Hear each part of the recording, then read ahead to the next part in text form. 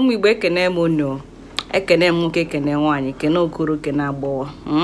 Asị m ka ị na-ege okwu m tata n'ụwa ka ịmụta ofu ihe maọbụ ihe na-abụ.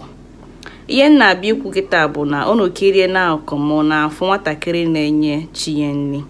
Ihe a nwatakịrị a na-eme otu a ka esi akụziri nwata otu o si eme ife nna ya mere. Ndị nna nna anyị ha tụrụ ilu sị na ife a chọrọ n'ikpu nne ehu na ọ bụrụ na afụ ya n'ikpu nwa ya ịmalụ na-arụ.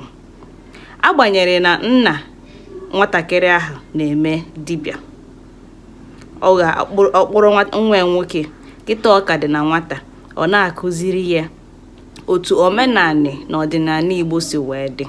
Ọ kụzicheziere nya bụ nwatakịrị ife anụnwa ọ ga na-eme ka ife ọma wee na-abịale, ka echi dị mma wee dịle, wee na-asụchasịrị ya ụzọ.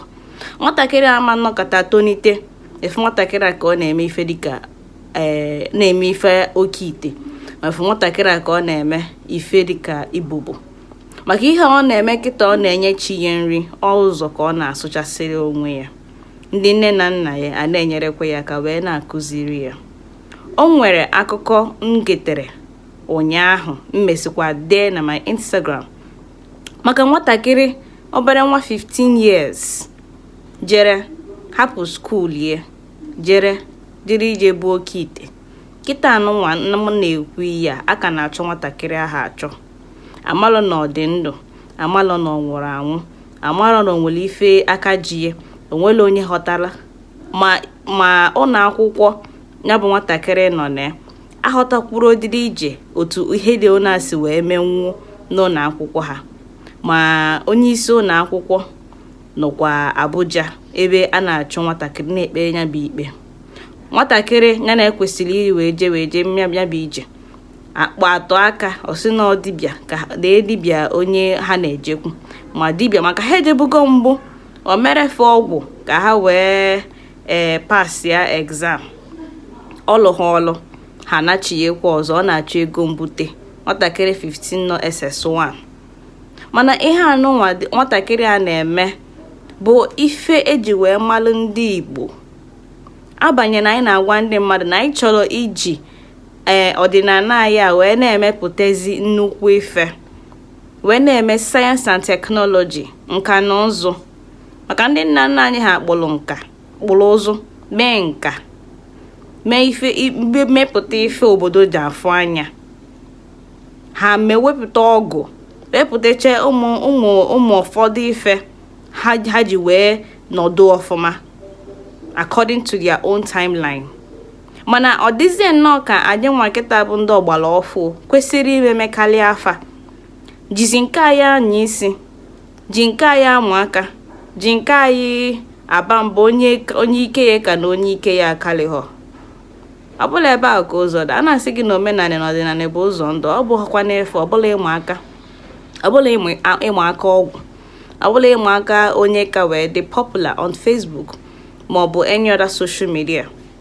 Knowledge is knowledge. Nke ebe ọbụla isi wee nọ, ebe ọbụla isi wee mata ihe ma sofa na ị na-eme ihe obi gị nabatara, na-eme ya maka na ị chọrọ ka ndụ dị ka ndụ nwanne gị, dị ka ife echi dị mma wee bịalụ onye ukwu bịara onye nta, ị na-emete ya emewe ihe ị na-eme.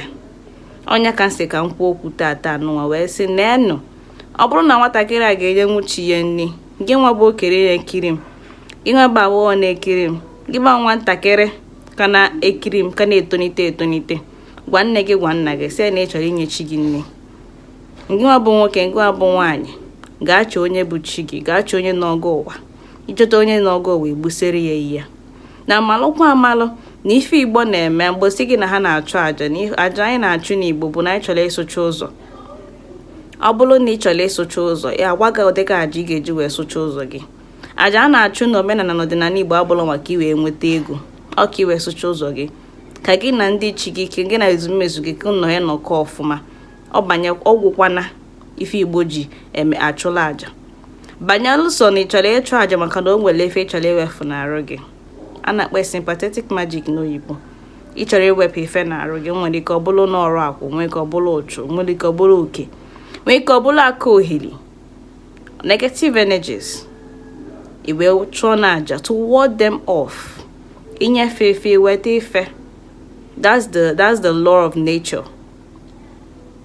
Biko no ọgwụkwana m ka ọra m n'ọnụ wee na-asịkwana nwoke nwaanyị ka onye chiri nya zelu onye nwezikwe ntị ya nọ esizikwe n'oke ite kara gị mma.